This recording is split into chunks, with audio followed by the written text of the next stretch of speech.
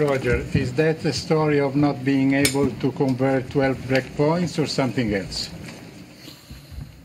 Well, there is always multiple factors that play into a match like this, but it's definitely didn't go the way I was hoping on the break points. You know, I also didn't break him at the Hopman Cup, so clearly something's wrong. How I return him or what I'm trying to do, and he's doing a good job at it to defend them. But nevertheless, you know, it's very frustrating. Yeah.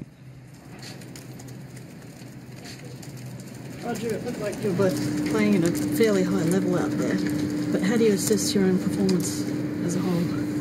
Yeah, I mean, I think it was okay. You know, I lost to a better player who was playing very well tonight. You know, hung in there and gave himself chances at some point and stayed calm. It's not always easy, especially for younger guys, so credit to him for taking care of that. And yeah, I mean, look, conditions also change throughout the match. Like every year, when you start at 7 and you go into the night, it gets harder to go through the opponent. And yeah, so I thought conditions were definitely a bit slower this year than last year. You know, didn't allow for as much variation, to be quite honest. But he did a nice job of taking care of his half volleys. You know, and that's maybe what won him the match tonight. I'm not sure. He's talked about idolising you. Can you see a bit of yourself in him? Yeah, I mean, I guess so. Yeah, I mean, he has a one-handed backhand, and I used to have long hair too. So, yeah, so maybe a little bit, sure. And he has got more of a continental grip, you know, than players nowadays. So, sure, that's a bit more my way than, let's say, Rafa's way. Were you satisfied with the umpire and the lines judges today? Because there were a few instances of late calls, and you had a bit of an exchange in the first game, didn't you, with the umpire? Yeah, I mean, look, I think in tight situations like this, you'll always see tight calls, and in tight calls, you'll always see mistakes from time to time. It's human, and it's part of the game. I'm not going to start complaining about umpires and line judges. I used to play in the day when there was no Hawkeye, and there was tons of those, and you just move on with it. And I don't know, I think I mentioned it to the Swiss press a few days ago. I think that maybe we should consider, you know, replaying a situation, you know, when somebody serves and the guy returns and there's a late call or a such-called late call by an umpire, if it's actually really a late call, you know, because I feel like sometimes, like for instance in the Karlovic-Nishikori match, there was one, and I mean, could have cost Kei the match, but it didn't.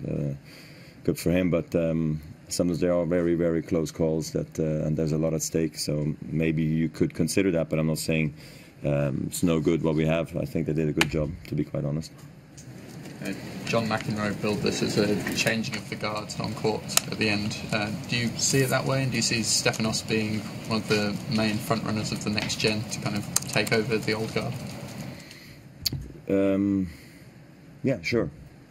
He's in front of the mic a lot, so he's always going to say stuff, you know. I love John, and I've heard of that story the last 10 years. So from that standpoint, nothing new there, but about Stefanos, I think he's definitely, you know, done a really nice job now, you know, the last year and a half. I mean, before that too, obviously, but, you know, beating Novak in Toronto and the likes of Anderson and Zverev and now me here. That's what you need to do to get to the next level, and he's doing that. So it's really nice for him, and I see him definitely, you know, being high up in the game for a long time, and so that was a good night for him tonight.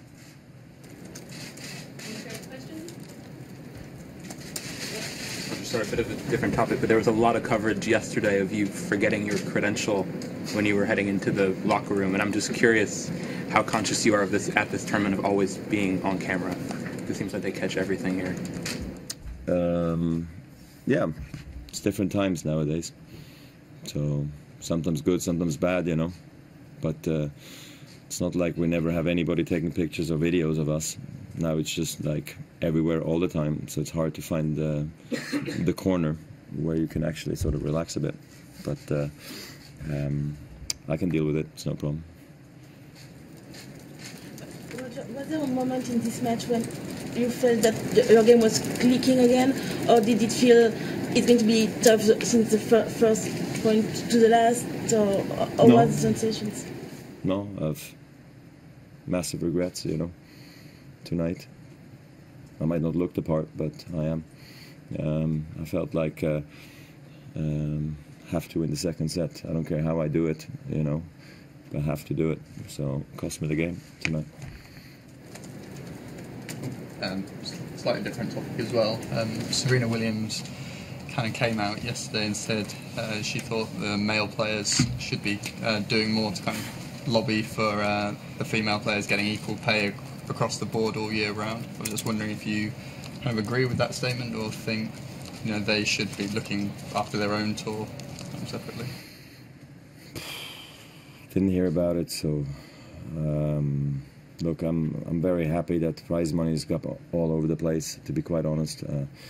When I fought for equal prize money for the men's game, you know, I knew it was $1 for $1, also for the women's game going up, and I was really, really happy for them. They deserve it, you know, and they also deserve it on the other tour, because on the WTA tour, you're like, I know they're lagging a little bit, you know, so that would be nice to see it going up, you know, but you know, if we can help, great, you know, because sometimes maybe the men's game has been more popular, sometimes the women's game, so I think we should always help each other, you know, as players, you know, regardless of who's more popular at the moment, you know. How do you think about the crowd tonight? Is a little bit disturbing to you or not? Disturbing. It's great. I love the crowd. I think they were fantastic. That there was an occasional excited guy screaming in the rally, it's okay. I'd rather have it that way than the silent guys who don't make a sound. So it was good fun. I enjoyed it.